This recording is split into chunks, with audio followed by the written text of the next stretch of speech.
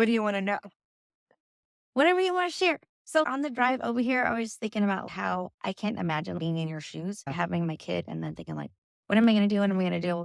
And then feeling like whatever I'm doing, I'm a criminal because like Mm, even thinking about Noah playing hockey and getting like a hitting his head or something, I'm like, I know cannabis would help him. right. So like the fact that I wouldn't be able to like that just fucking sucks for me thinking about that. But you're actually going through that whole thing, so I can't imagine what you're going through. I, I don't know if I should start from the beginning about how this started but anyhow, she was 15 months old. And we were down at the zoo. I had her in a stroller. And luckily, my sister-in-law was with me. And we got down to the cat house and they had those candle lights in the ceiling. And She was laying back in the stroller. And all of a sudden, I looked at her and she was just like doing this. And her eyes were wide open. And I'm like, Brick, trying to get her to come back. And obviously, I knew something was desperately wrong. right, yeah. So we had to run up that big hill and I was trying to find one of those brown guys Yeah. and to help me. And so I found one and they took us into the bug conservatory room Mhm. and they took us into a back room and she was still just, the lights were on, but nobody was home. And Yeah. so they called the ambulance. They backed the ambulance into that building and I threw my keys to my sister-in-law and she took my other daughter and they said, they're taking us to St. Joe's. And she was still Oh my eyes gosh. open, nothing. But she was like breathing and everything or no? Like, Yeah, but okay, her thank God. lips were bluish. Turning blue, so and she wasn't getting enough she oxygen. would keep clustering, stop, and then it would start again, and all the way down in the ambulance. It Oh was god. the same way. And so finally, when we got into the emergency room, they had her on the table and they said, well, we're going to have to tape her eyes shut because her corneas are going to dry out, Okay. And so I'm like, okay. And so they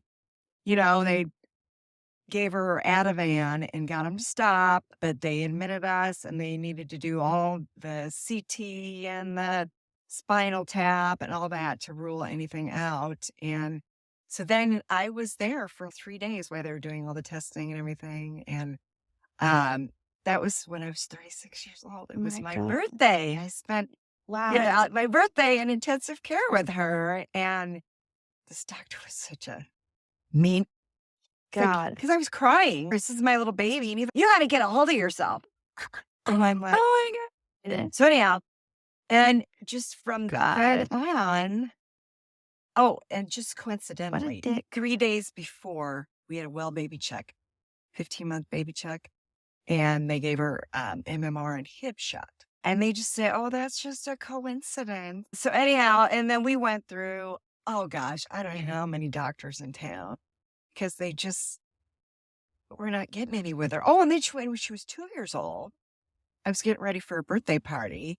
And usually in the morning, I don't typically do this, but I had to take a shower because my company was coming at lunchtime. I put her in front of the TV, plugged Barney in, took a shower. I come back and her bottle of Tegretol was spilled all over the counter and she had pushed a chair over and got it and drank it and OD'd. And so then it was about nap time. So I took her back, put her on my bed, and I'm trying to get ready. And all of a sudden I hear this blood curdling scream I've never heard out of her before. And I look out of my bed and she had thrown up and all the orange Tegretol was on the bed. And then she just went limp and blue. And I saw her take her last breath. Oh my God. So I went to my cupboard because I had 911 information up there and I ripped it down and I took it to where she was with my phone and I'm calling 911 trying to do rescue breathing. And so then they said the ambulance on the way. I ran down, I unlocked the door and they came in and we took her by ambulance and that was just, and she saw curlers hair in the emergency room. And then I called the doctor and said, what do I do? And he was on his way to a satellite office in Norfolk. So he was in flight. Oh my And God. they said, the secretaries, I'll patch him through as soon as we can. And, but she said, otherwise, he finally said, she can sleep it off. And if I would have let her sleep it Oh off, my she would have been God. like dead in her Yeah. bed. So anyhow, that was just, I think I had 2 ambulance rides with her in 9 months. the one for the zoo, and then this one. Oh, And God. then just from there on, we would try different medicines, probably 15 different medicines, and none of them ever really worked. And then at age 4, we went down to Medical City, Dallas, because I heard there was a doctor down there that did the ketogenic diet. That's when nobody knew Oh, about the ketogenic diet. It was the real ketogenic diet, where you weighed everything on a gram scale and you couldn't really have fruit because it was too much. But I would be pouring oil in her water and trying to get whipping cream down her. You could put extracts in it to flavor it, and just a lot of fatty foods and everything. And but finally, she won because she didn't trust anything I put in front of her, and she just quit oh, eating it all. oh my gosh. And it's like, She was well, afraid because of what the medication what it had done to her, or no, it was the food. It was the okay. food that she didn't Oh, trust the food that I was putting in front of her because it was just so bizarre, not what she was used to eating. I mean, you couldn't even go to the grocery store and they'd say, "Can your daughter have a cookie?" And I'm like, oh, "Oh no," because and then you had to keto strip her every time she peed to make yeah, sure she's she in was still in ketosis. ketosis and stuff. And it just something little teeny would throw her totally out of Yeah. very rigid, very strict, but she just didn't want to eat the stuff I was Yeah. putting in front of her. Okay. And when you're 4 years old, you have a will. So then let's Yeah. see, what do we You gotta do? eat. Oh, at 6 years old, I had discovered that they had a VNS, and it was just new. And we went down to Kansas City. Is that like And a stimulator? Okay. it's an implant in your Okay. shoulder that goes up your vagus nerve, and it shoots constant electrical pulses to try and intersect the brainwave Okay. Yeah. patterns. So anyhow, That's dope. then it was only for children 12 and up at that Okay. point. So we had one scheduled down there in Kansas City, and they didn't let our insurance wouldn't let it go through. Oh my gosh. And I sat there the whole day with my phone off the hook, waiting for them What was their excuse? Or because it was only recommended for oh, 12 okay, and up. because she didn't meet the qualifications Yeah. for it. Okay. So then a month later, we did get it approved. And Okay. we went back down there and did that. And Do you have to get a prior authorization type thing, or I don't even remember. okay, that's gross. Scary. Probably. Yeah. So then I remember when we were at Medical City, Dallas, the guy came in and he says, "Well, you can do brain surgery." Oh my And I was God. just looking at him Get like, the "This fuck is out of my here. 4-year-old dog." Yeah. It's like Yeah. brain surgery. Oh God. Now I feel that fuck of that noise. I know. I don't So trust. anyhow, then the VNS, it was marginal. Yeah. It didn't, nothing we've ever tried with her has worked. And then when she was 8 years old, my husband changed jobs. And so when he came to where he works now, it was a small group of employees. So she wasn't able to be insured Mhm. by him anymore. And so we had to go through children's health insurance. Okay. And that's how she had to have her insurance because she was too high risk. Wow. Yeah. And so then we took her up because there was no regional center in Nebraska for epilepsy at that time. You had to go to St. Paul. Okay. So we took her up to St. Paul when she was 8, and she was there. I was there for 10 days. It was in January. It was like every morning it was like 14 below zero. I bet.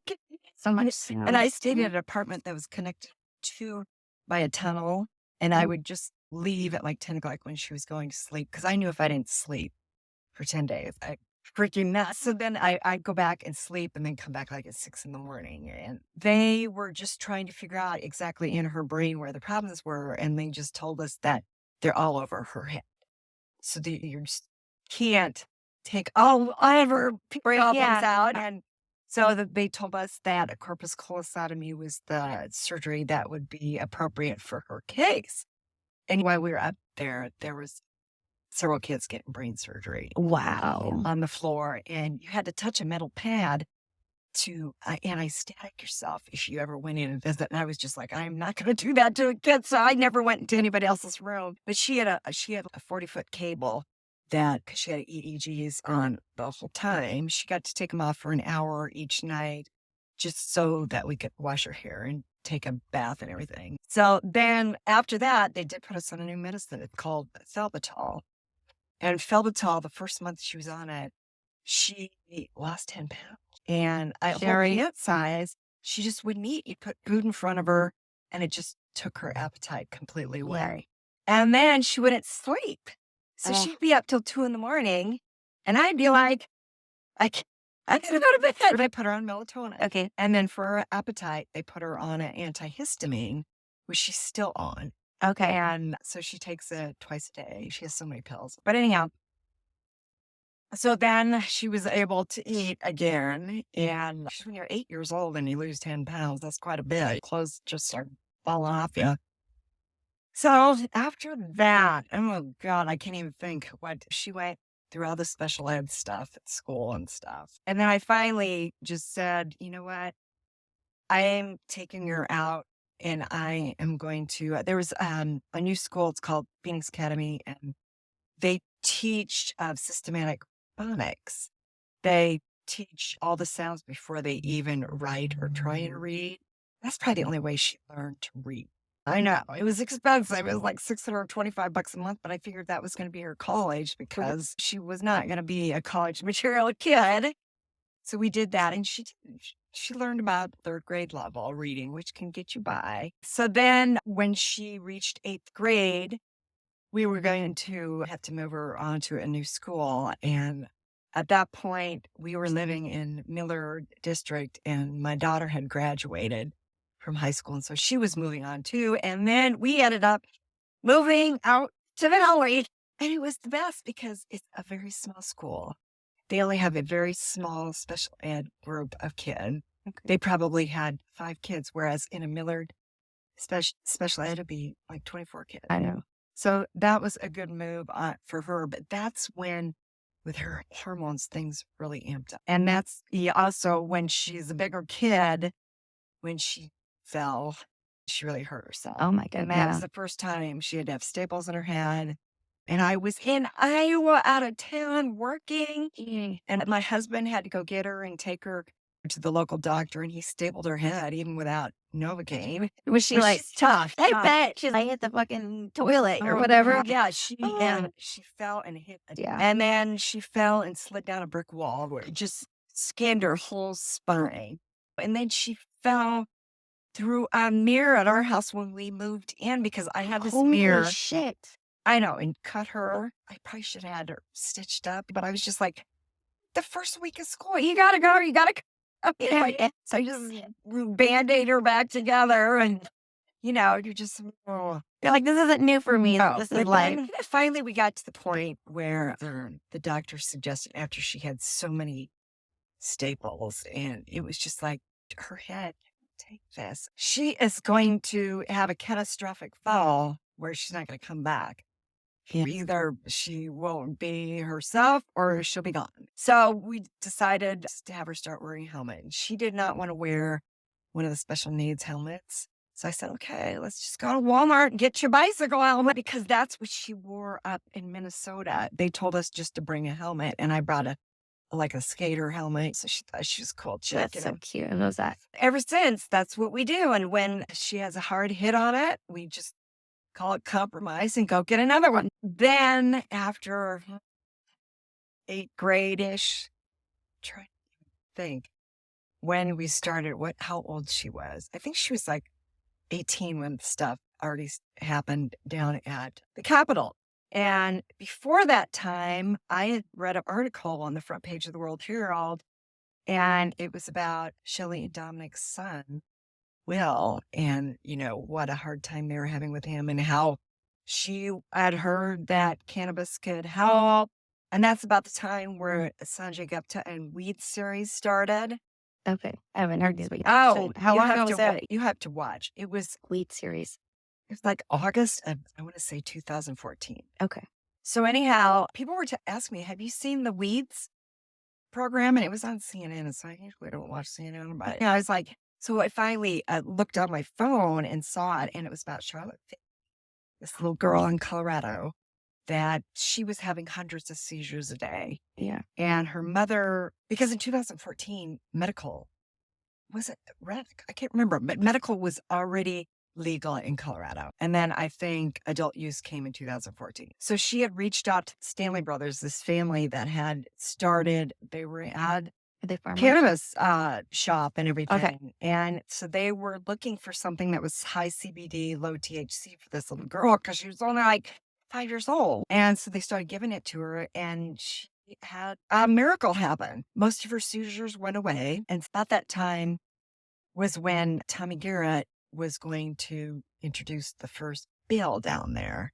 He said he was going to go out to Colorado on just a fact-finding trip and go see the Ramakarian, which was helping all these kids that were moving to Colorado because they found out that if you moved there and you had seizures, you might have a good outcome. And they had created Charlotte's Web named after Charlotte Figg, and it was a CBD that helped her. We went to Aurora, Colorado, and that's where their lab was. And then we drove down to Colorado Springs because that's where Charlotte Figg lived. We were at her house. We met her and her dad. And there was several other people from Nebraska. And there was not only Tommy Garrett, there was Crawford from Bellevue, Davis he was outstate. And he was a senator that when he was 17 years old, woke up in the back of an ambulance. He had been playing football and all of a sudden passed out. And they thought he passed out, but he had a seizure. Yeah. And he had seizures in his lifetime. So he knew what it was like. Yeah. And I thought for sure he would be on our side. We get down the legislature and the story is very different. But anyhow, so then we also you had to go to the mountains because that's where they grew it. They had their grow houses. And the guys that were in the grow house said, "Oh, you're from Nebraska? That would be a great place to grow this. They like the heat and humidity just like tomatoes do. And it's too cool in the mountains. It doesn't grow as well in the mountains." And this guy, he's in Levi's and no shirt on, and we have a picture of it. I don't even know if I can ever find it. Yeah. But of us and the senators. Oh, and then a professor from the university, from the ag. Here in Nebraska. Yeah, he came with us too. 'Cause he Wow. wanted to grow it. So And they're all on board? Like, we were just on this trip together. yeah, just to to see find out about what's more. going on. And yeah, so then when we came back, that session in January, Tommy introduced the bill. And oh boy, I went down there, was going to call out senators to lobby for it and everything.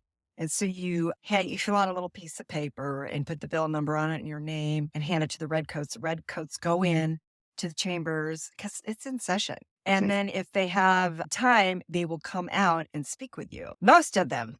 But if they see the bill number that they don't like, and at first, a lot of them didn't know what the bill number was or Okay. anything. Okay. So they'd come out, and I had some that would at least listen. Some, when they found out what I was standing there for, would turn right around and walk back in. So they wouldn't even listen to you, like, No. as a constituent? No, and I had like, Brooke with me in her helmet with her service dog, and she would sleep on the benches outside the chamber. And then one day, when I was down there, it was a bright sunny day, and the sun comes in through that ceiling under the rotunda. And that's a trigger for her. Yeah. It still has been ever since the zoo, and with those lights in the ceiling, still every day. And so she collapsed on the floor and she got all tangled up with her dog, and I'm all tangled up with him. And I had called a senator out. He came out, and there was some other mothers there with me. Yeah. I said, are you? She goes, "No, she's over there," and pointed to me all tangled up on the floor. Finally, a redcoat came over and said, "Do you need a medic?" And I said, "No, she'll be all right. We just need a minute." So we just sat on the floor because it takes her a while to come back. And finally, she came out of it and everything. How often does that happen a day? Since now she spends more time with the day service than with me. Typically, when I see it, it's when we're driving home. And it's just that time of day that I don't know if it's the sun, because we're always driving into the sun. Okay. Or it's her medication, because typically when I get her in the car at 3:00, I give her AEDs, and I think they trigger seizures too. And I know I've read What is it? Velvital. I've read that one of the side effects is more seizures. Yeah. These seizure meds. It's wild how they, like, you look at the side effects and it has the very side effect you're trying to. Right. Yeah. I don't want that. Then within combination, and the CBD is another one that it's more reactive than THC with pharmaceuticals. In fact, this one doctor that I met in Colorado, she was the one that helped the Roma caring kids. So we'd have phone calls, medical phone calls, just because when I started, I didn't know what I was doing. Yeah. No, it's And scary. I wanted, so like after the first bill died, her reporter came up to me and said, "So now what are you going to do? Are you going to give your child cannabis anyhow?" And I said, "Absolutely, I am." And so that summer, my older daughter and I drove out, had an appointment with Dr. Getty, and her whole practice turned over. It was a pain practice before, and it Oh, turned okay. over totally to cannabis after it Wow. became legalized. Amazing. That's awesome. So since Brooke was legal age and everything, I could still deal with her even though we're from out of state. She knew it was illegal. She just would recommend what we should do, and it was up to me Because to. it's not a prescription and you're buying it like Yeah. years learning. It's Yeah. education. Yeah. Yeah, so it was up to me to go get what I needed, and so then we started that way, and really for the first year, I only tried, like, CBD. But then when we had another bill come up, What did you notice? With I thought it was working at first, but that little brain, it just knows a way. do you like change it throughout or you just stick with the same? Or do you So far, I've just stuck with the same. However, during COVID, I lost track of Dr. Getty. And so I've been at the same, and where we ended up was that I would give her 8 meals at 6 a.m. and 6 p.m. of THC. And then I encapsulate THCA? cannabis weed. The in THCA stuff, like just the buds? it's just a flower. Mhm. And I encapsulate that and give that to her at 6 a.m. and 6 p.m. And then as a rescue, if she has a seizure, I give her another 8 meals. And that it does help stop her clusters. Because like yesterday, she's sitting right where you are and she starts, and I'm like, I'm talking on the phone with my sister, but I always have, that's not it. I always have a syringe with me. Okay. And this thing, I have to wait until her seizures stop. And then I can put it in her mouth. Because if I try and put it in her mouth when she's having a seizure, it'll just go, It's just- treat her, so I can't. But she can even do it herself. I just hand it to her and then she Did hands it back. Does she ever feel like she has an aura or anything like? You know what? That happened about last month when she was up taking a shower. She said she felt like she's going to have a seizure.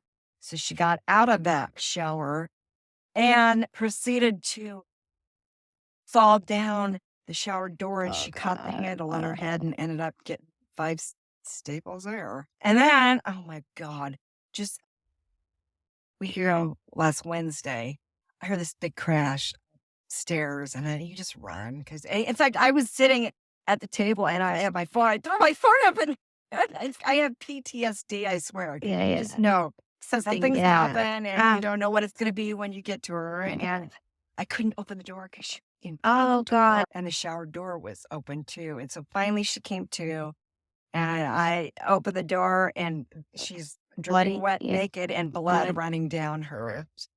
And you're just Does she freak out or is she calm? no, because she doesn't even know what happened. Okay, She's okay. unconscious. Okay, like she's still in the She'd never post, cry. like dictal She state. doesn't cry. She just Okay. and so then Like I'm this is her life type thing. Like yeah. this And is- so I'm grabbing a towel, trying to look through her hair. you're like assessing the situation. Can I take care of this myself or not? And we had to haul off to women's, and it's about I want to say 2:30, 2:45 by the time we get there, and it's busy. And so, of course, they triage us, and we're there for 3 freaking hours. They wanted to give her a CAT scan. And I said, she didn't really hit. No, that's worth. Yeah, that's just happened this month. And it coincides with her period. Hormones for sure. Hormones. Yeah, and I think Yeah. that's why there was such an uptick when she started in middle school. And the doctor, her neurologist, does not believe me. It's all And it's a chemicals. thing Yeah. called catamenial seizures. Okay. And it is a thing. Mm. And I even had, I don't know if I can do this to her, but say something about her hysterectomy. Oh, wow. Yeah. That's hard. Because You she think that'll can't even help? take care of herself, Yeah. let alone ever have a baby. She's Yeah. on birth control only because she had such horrible cramp. And it seems to help. But I was like, Have you ever? she's 32 now. Yeah. I know. And first of all, I'd hate to put her through that surgery because it's a big Invasive? recovery. I know for sure, especially if you don't know it's going on. If you fall, you're coming to. I Like, never even brought it up to her to yeah, even see what she thinks about that. yeah. But and then you're like, what if something miracle came along? Do you feel like that way about cannabis though? Do you think if you felt more comfortable and figuring it Well, the or thing is, it would be nice to have a doctor that knows what's going on to consult with on a regular basis because there's probably things we haven't tried that maybe now that's the thing. I've heard CBG is better than CBD. So I don't know. I think it's hard to find, but in just an isolated form and not mixed with something else. So it's hard once you do you find, use full spectrum or yeah. but you don't increase the dose over time? No. No, just because I don't know. That's the thing. Or even like depending on if she's having cramps and stuff, if it's I don't know, just it's all an experiment, basic. Yeah, And exactly. have you talked to because it's so individualized, you And that's know? how I would talk with Dr. Getty because Mm. every other month she would give me a different thing to try. And then I was supposed to write everything down about what behaviors and seizure activity and even the times that they were happening to try and see, because that's what I would tell her every time I drive home with her in the car. She has a seizure. She goes, keep a little syringe with you and give her a little bump. And that has helped in cutting down her clusters because if I don't get to it right away, it will turn into a half hour, just every 5 minutes, another seizure. And the only thing I can tell you Yeah. is that I know it helps her. And the reason why is because when we, last year, oh, I didn't even tell you about that part. She had brain surgery last year. Did my She kids tell had me that? an implant put in her head, the same thing they do for Parkinson's patients called deep brain stimulation. And it was last September, we had to go down to UNMC for 5 days and they hooked her up to EEG and then had a camera directed at her so that they could catch any behaviors. And this was to diagnose what they were going to do next. And because they had always told us corpus callosotomy, and I always hated that idea because it's dividing your hemispheres so Mhm. that your brain can't speak with the other side and you have to relearn so many things. And I was afraid of what she would lose. That was just really It's scary too, like dramatic. you're right, and then I know. So it's I never wanted to do that yeah. because I didn't want her to lose anything more than what she already has lost. But this Aviva Abbas, she was the neurosurgeon down there and she's a rock star. She said, she told us everything that was going to happen. And really, it did happen. It's just that when we were down there for the 5 days, I couldn't give cannabis because she was a fall risk. So she had to be escorted to the bathroom by two nurses. And she couldn't get out of camera range so that I could give it to her. I know. So I gave her the last dose before we checked in that morning. And so she missed like 3 doses. And by the next day at 11 o'clock, she'd had 20 seizures. And the nurses came in and said, wow, she said she was like a winner. She's had the Oh most god. seizures we've ever had of anybody. And I'm like, Does that shit get on your nerves when they say shit like that? I Like, know, because then, of course, the neurologist comes in and says, oh, she has a high threshold with seizures. We're going to have to start some new meds on her. and you're like, what the fuck? I know. And it's And like if starting I could over. only tell you Right. what keeps these away, Why don't you share that? I just want so we can get that on the thing. because Like, I don't want her taken away from me, because then they would kill her, because they wouldn't do what I do. And I she'd know. be in a constant state of seizures. So it's like a death sentence. I feel like almost right. And that's the thing. Even though she's of age and everything, since I am her legal guardian, I'm Yeah. doing illegal things with her. You just don't. Not And saving her life. yeah, Yeah. you don't know what they would be capable of doing. I mean, they might think they're doing the right thing. I feel like as medical professionals that haven't come to the other side, we for real. Oh, I believe in that. The chemo, I believe in that. But it all, it's the decision they make, and that I don't know. I just you have another option, but like, why do we wait for it? I don't understand why we wait for it to be the last fucking resort when it's the one thing that actually is helping, right? So then It should be the that. first thing they try. There are more pharmas that are probably killing her internal organs because she's on 4 anti-seizure. No, that's So anyhow, finally, I thought, I have got to stop these seizures. I cannot stand seeing her doing all these seizures. So when they'd bring in her food, I would inject it into like her pancakes because it looks like syrup anyhow. I know, genius. or in a piece of bread or How does something. that make Do you it off feel? camera. No, like, So, how does that make you feel? oh no, but it just reassured me that I am doing the right thing by Right. giving this to her because it does cut down on some of the seizures.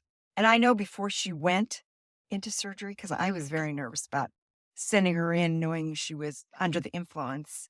And so I called up this Dr. McKinley, who I met in line when we were at the hearing because we were both testifying. And so I called her and I said, I'm just very nervous about this, sending her into a surgery under the influence. And she goes, tell me what doses you're giving her and how many times a day and whatever. And so I told her, she goes, she'll be fine. She goes, there are actually surgical standards now for cannabis for 'cause so many people. I don't think these doctors are definitely not being taught that shit in school. Mhm. Nurses are not being taught No. anything about the Mhm. endocannabinoid system.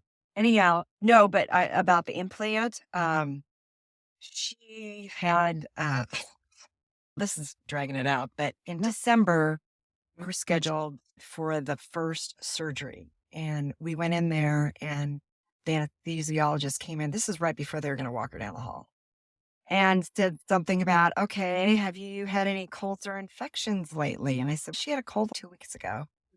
And she said, we're not doing the surgery today. And Brooke was livid. She was like screaming at him, I'm not leaving, you're doing this surgery. So it made me think she was really on board with the surgery. I was wondering if she was only agreeing just because I wanted to pursue it. And so finally, Dr. Abosh came in and she says, this is for your health. Because if we do a surgery and you have any residual infection in your body, it will go straight to where we're doing the surgery and it could be really bad. So I'm like, how do you keep somebody well in December? We left that day. We had checked in at 5 o'clock for the surgery and we left that day without doing it. And I said, I'm going to have to stay home with her because we had had other surgeries scheduled because it was like a 3-step procedure. Okay. So then since that other one was scheduled in January, then we were just going to go with that as the initial surgery. And then we just rescheduled another one down the road because they had to first put the implant in and then they had to put the battery in. So she has one over here already for VNS, one here now Wow. for deep brain stimulation. She's like the bionic woman. And then the third surgery was to get it all connected. So it was like, State of like either waiting or yeah. And so basically from last mid-December until about, I want to say April, I was home with her either between surgeries. Oh, and then I had a knee surgery too on January 17th, like a week after her first surgery. And I had a total knee replacement. jeez. Oh, I remember when you did that. Yeah. Like, But then she has a caregiver that I had scheduled to be at our house because her room's upstairs. And I'm like with this knee. And so she would come every morning, like from 8 until my husband would get home. And she was really helpful to me too. yeah. But the results so far is they finally turned it on in April after all the healing was done. And when they were adjusting it, she said, my upper lip and my tongue are vibrating. So they knew they had it a little bit too much. So they backed it Oh. off a little bit. But then they said they were going to have appointments every 2 months, but they've backed off. And I'm wondering if it's because the Medtronic guy, he actually said the last time, he goes, I know this isn't the outcome you guys are helping for. I was just like, So another thing we tried and and hasn't really changed. failed. And before we had that surgery, we've never done anything invasive into her brain like that before. I was like, if we do this surgery, is this going to eliminate any other further things on the horizon that may come up that we just don't even know about right now? And they said, there's really nothing. This is probably the last thing for her, unless they do corpus callosotomy. But you're trying to get to that point where, hey, I want to know the thing that's sustainable. But see, this is the thing. With her being on so many pharmaceuticals, I'm sure it is blocking, what she could absorb stuff from the cannabis and counterintuitive type thing. And That shows a lot of dedication, and then you're like, "Hey, I'm trying to do the right fucking thing," but I I just don't know how you fucking do it, but it just the thing, you don't have a choice. You just crawl back in a hole. You right. just got to keep trying something. Something, yeah.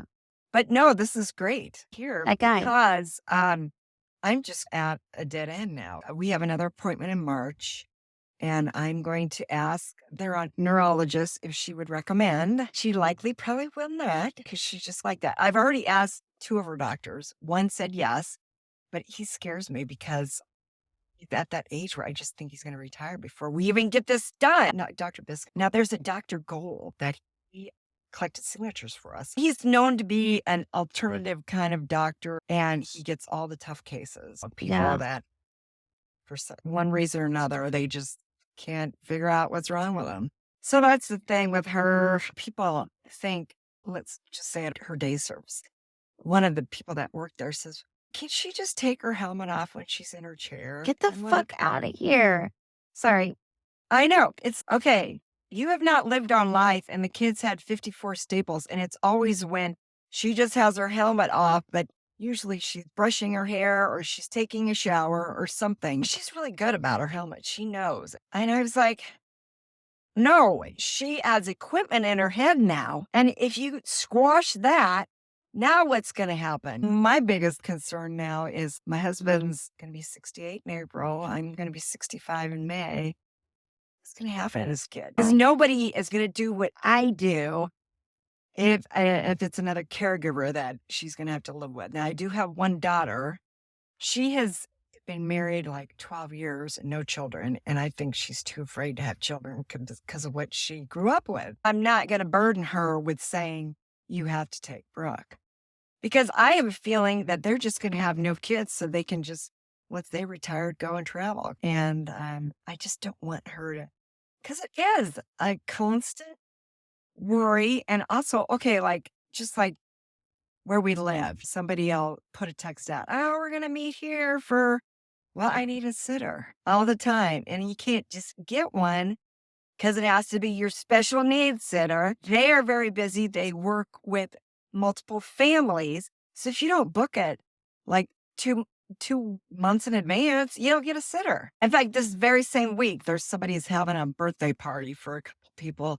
And I've gone through 3 sitters. I don't even care. My husband's like, it's not that big of a deal. It's not like a wedding or something that, But it does keep you from I kind know of it living keeps your you. life. Yeah, exactly. Totally. Now, I think there are people who would be willing to do that because they know it's right. Oh, I know. I have Yeah. met at her day service. I always say, is that the mom? You can't find out, unless you outright ask him. Brooke finds out. And like this one guy, I was hoping that she'd come to Brooke's birthday party last week, but she had the stomach flu, so I could do the 20 questions with her because she's just a woman that she looks like she's between 30 and 40, and she brings her every day. And I was just like, how'd you get into this and why you do this? And because the little gal that she takes care of is pretty involved. She can barely speak, but we love her as her name.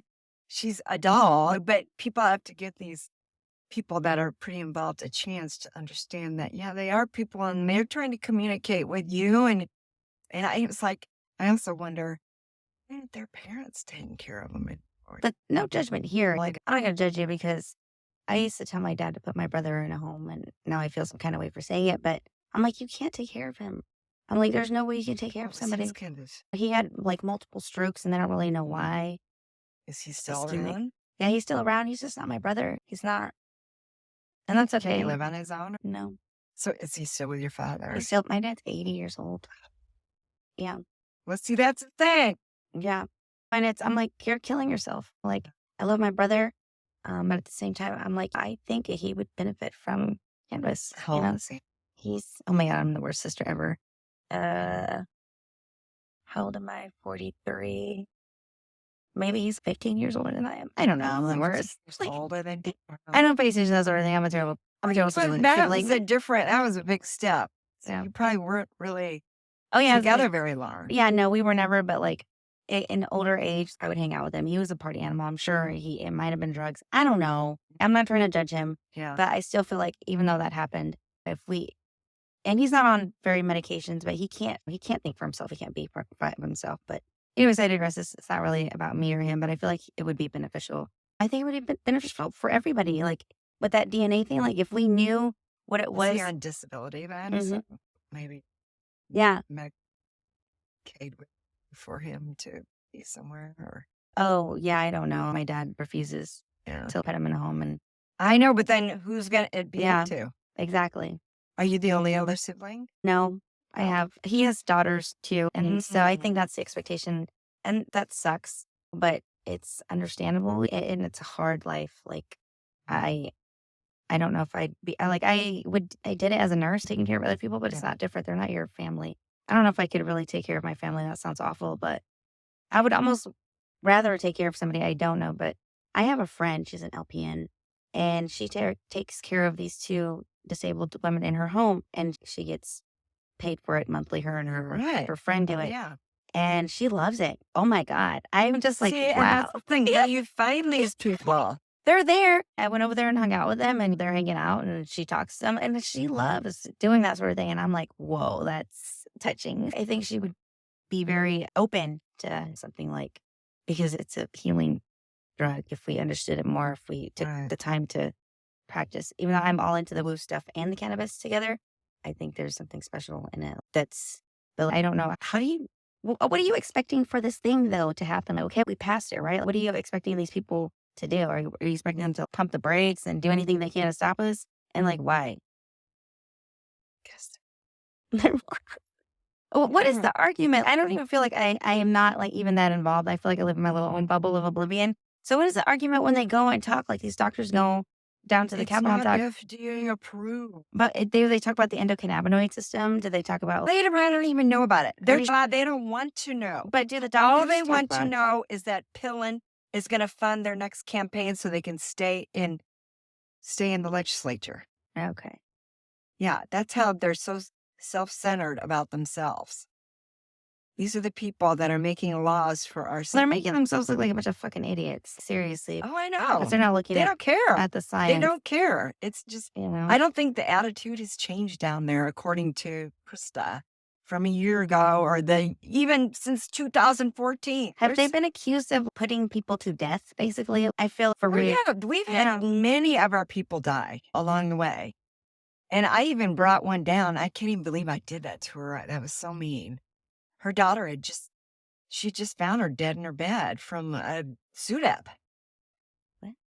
Sudden unexplained death Oh due my to God. epilepsy. I had her come down on the floor with me. Oh my God. I know. I can't believe I did that. No, but sometimes people need to hear the stories, though. I know, but these senators were such dicks to him, too. They were Really? just so sorry. And I don't know.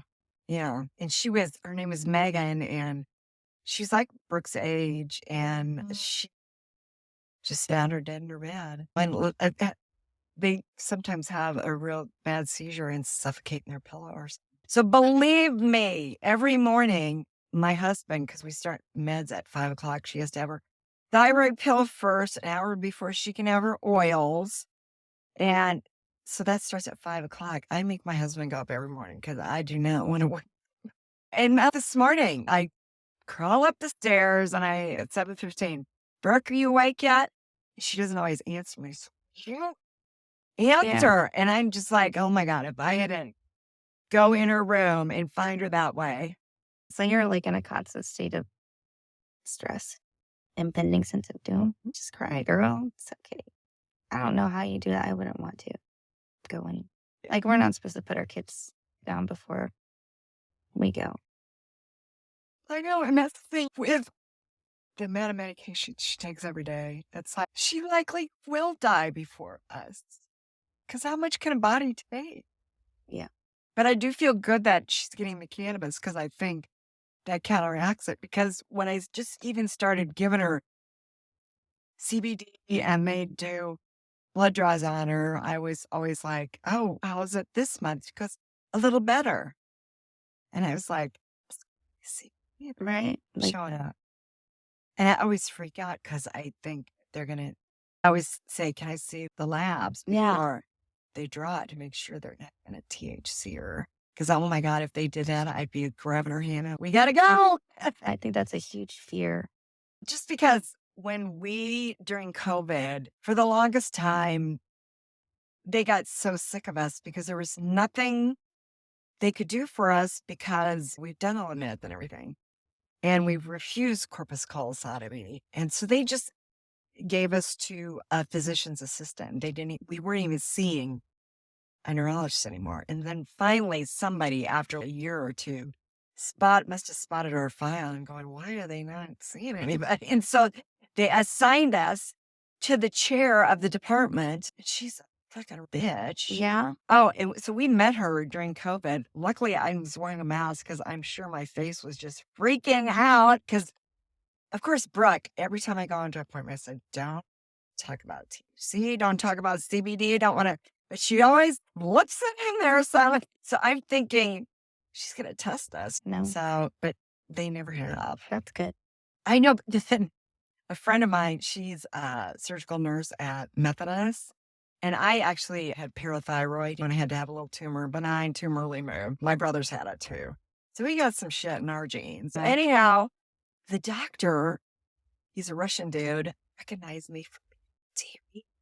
Yeah, and asked Sue because Sue knew me because she referred me to him and said, this is the guy you want. Because they said the other guy in his group, it takes him forever to get the freaking thing out. And this guy scoops it out and you're done in 45 minutes. So it's nice to have her there because, oh my God. But anyhow, It's nice to have community. I know. So it's just like you don't know because Madhavan, that fucker, he used to be the head down at UNMC. And that was our doctor then because they always give the worst cases to the chair. Oh, I was the one that said, why can't you do Epidiolex study here? Tried Epidiolex too, and it just made her have terrible stomach cramps and green diarrhea. Yeah. And she couldn't eat and everything. So we had to stop. And there's something in that formula, and they've admitted to it that they'd said we've had other patients with the same thing happen. Yeah, and usually they tell you to just wait it out. Yeah. Which is hard when you have like your kid's losing a shit ton of fucking weight and you're worried about electrolyte imbalance. So yeah, maybe not. It's like I said, not everybody benefits from a lot of CBD. It might be more THC than CBD. Thing is, I look up on the wall and his graduation diploma, they're from NYC. And that's where, I can't even think of the guy's name anymore, but he was the head at NYC. He's the one that started Epidiolex in this country. Okay, cool. And I said, call your instructor and ask him how UNMC can be a part of it. This is a teaching school. Word. Yeah, absolutely. And that's how I said it to him. Yeah. I was like, do some networking, motherfucker. So anyhow, he got involved down there. And he came and testified for Epidiolex. Epidiolex ends up getting $500,000 from us. Yeah. And the thing is, they didn't need another Epidiolex study. Yeah. Because they had found the same conclusions at every study. You're like, we needed that money, right? Like, I know. Right. Yeah. And he would not testify for us. He only came down there to testify for Epidiolex so he could get his money for the university. Wow, that's some fucking. And now, because we added that one to his little resume, he is now the head of Boys Town. Because Methodist has a really lucky problem with the neurology. I don't know. I haven't been there for so long, children's, because Brooke's 32. Yeah. But I've just heard it went way downhill. I don't know what happened. They lost all their doctors. I think it was COVID something. No, it was something about who was running the hospital. Because some weird things happened. And Madhavan was one of them because he used to be over there doing brain surgery on kids and he's no longer doing that. Now he's at Boys Town. He still goes to UNMC because because she's had 4 of these implants. The VNSs. Yeah, because they eventually die after 7 years. And the last one we had with, the fuck's his name? Oh my God. All these fucking doctors, right? I know. With no answer, or everything's like a guess. It seems for He's like, the let's neurosurgeon and Puccioni. Okay. And I had to sit out in the parking lot for that one because COVID. Oh, shit. I know. How was that? Weird. Were you just like in your head the entire time? I was just out in the parking lot waiting for a phone call. God. I know. How stressful is that? But at least she had 3 other ones. So I knew it would be fine. But he is just such a Frankenstein because the very first one she had in Kansas City, um, the guy glued it shut and it made a beautiful scar. Yeah, I know what you mean. Oh, it does a really good, you did a good job. Yeah, yeah, yeah. That freaking Frankenstein Puccioni, he Oh, just like double stitches everything. And it's like, it's a woman, it's your boob. yeah, You yeah. don't really get it because you're a fucking ugly man. Isn't it like crazy to see the difference between like doctors or surgeon? Recording Oh, we this. can sell it. Hey, it'll be fine. Conrad, Conrad. Okay. the woman who's All right. Democrat, she wants to have all vertical license, which is what I just explained to you. Okay. They get to do everything from Oh, growing to sale. The that's other that one, nice sort of. Hanson from Blair, Yeah. who's Marcy's senator, he wants to probably, it would include more Nebraskans too, where you can cultivate it, you can have a storefront, Yeah. you can process it, all these as separate entities. Yeah. So they could choose which market you want to get into, right? So if Yeah, you want to farm, you right, can farm it. right. If you want to send it out or Yeah. distribute it and then let Yeah, them or- sell it or make it into product. Yeah. Yeah. No. So I think that's a better way. Me too, because then if they do it the other way, I feel like that It's leaves only going to be the big guys coming in like because yes, it takes tons of money to do from seed to yeah. sale.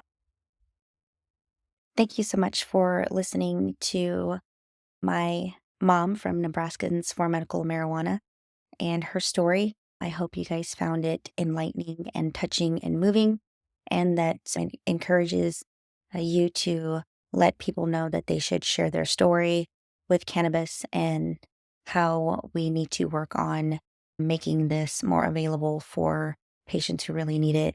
In the case of this Nebraskan mom and her daughter, Brooke. Thank you again for hanging out with me on Healing Through the Leaf. I look forward to hearing anything anyone has to say about my friend's story here. And like I said, thank you again. Thank you so much for listening to my mom from Nebraskans for Medical Marijuana and her story. I hope you guys found it enlightening and touching and moving, and that it encourages you to let people know that they should share their story with cannabis and how we need to work on making this more available for patients who really need it. In the case of this Nebraskan mom and her daughter, Brooke. Thank you again for hanging out with me on Healing Through the Leaf. I look forward to hearing anything anyone has to say about my friend's story here. And like I said, thank you again.